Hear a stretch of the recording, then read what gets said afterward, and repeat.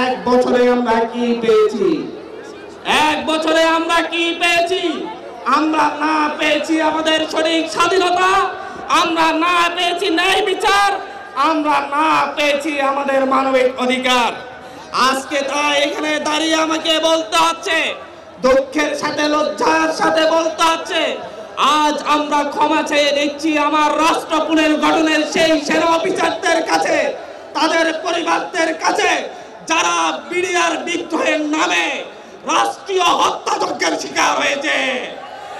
আজকে আমি ক্ষমা চেয়ে যাচ্ছি আমার সেই বোন ফেরানির কাছে যে 24 ঘন্টারও বেশি সীমান্তের কাঁটাতারে ঝুলেছিল, কিন্তু এক বছর পার হলেও আমরা তার জন্য ন্যায় বিচারের উদ্যোগ নিতে পারিনি।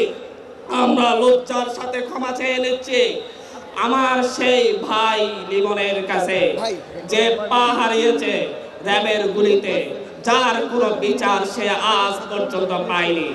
এক বছর পার হয়েছে, কিন্তু আমরা 2012-13 সালে যারা রাষ্ট্রীয় বিচারিক হত্যাকাণ্ডের শিকার হয়েছে তাদের ন্যায় বিচার দিতে পারিনি।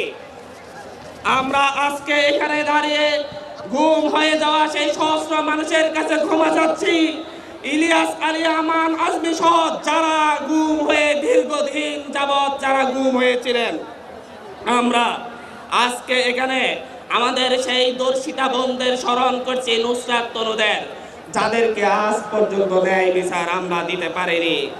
আমরা এমন একটি রাষ্ট্রের স্বপ্ন দেখেছিলাম যে রাষ্ট্র পরিবর্তন এনে দিবে, কিন্তু গত এক বছরে আমরা দেখেছি বগুড়ায় আমার বোনকে উত্তপ্তের প্রতিবাদ করায় তার বাবাকে জীবন দিতে হয়েছে।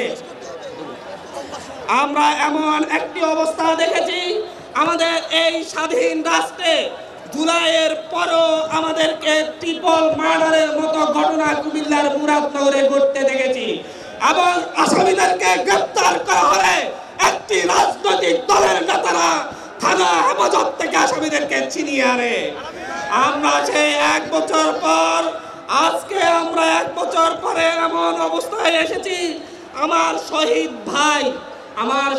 ভাই জসিমের কন্যা ধর্ষিত হয়েছে, বিচার পাইনি, আত্মহত্যা করতে হয়েছে। আমরা লজ্জিত। আমরা আজকে এমন জায়গায় এসে শুধুমাত্র একটি কথা বলবো, শিক্ষা প্রতিষ্ঠান নিরাপদ হয়ে ওঠেনি এক বছরও।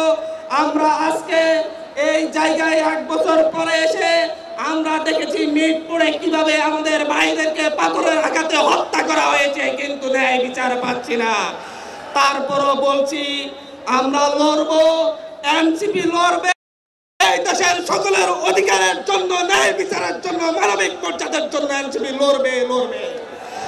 আমরা বলছি, সর্বোপরি একটা কথা বলতে চাচ্ছি, আমরা দুর্বল নই, এনসিপি দুর্বল নয়, দেশের জন্য, দেশের মানুষের জন্য বুক পেতে দিয়ে লড়াই করব।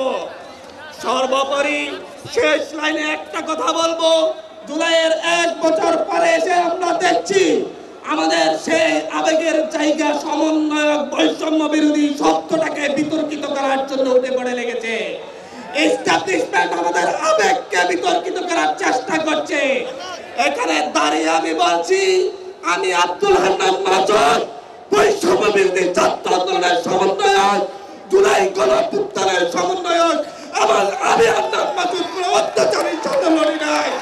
আমাকে এই সমন্বয়ক পরিচয় আমার জন্য গর্বের, বৈষম্য পরিচয় আমার জন্য গর্বের।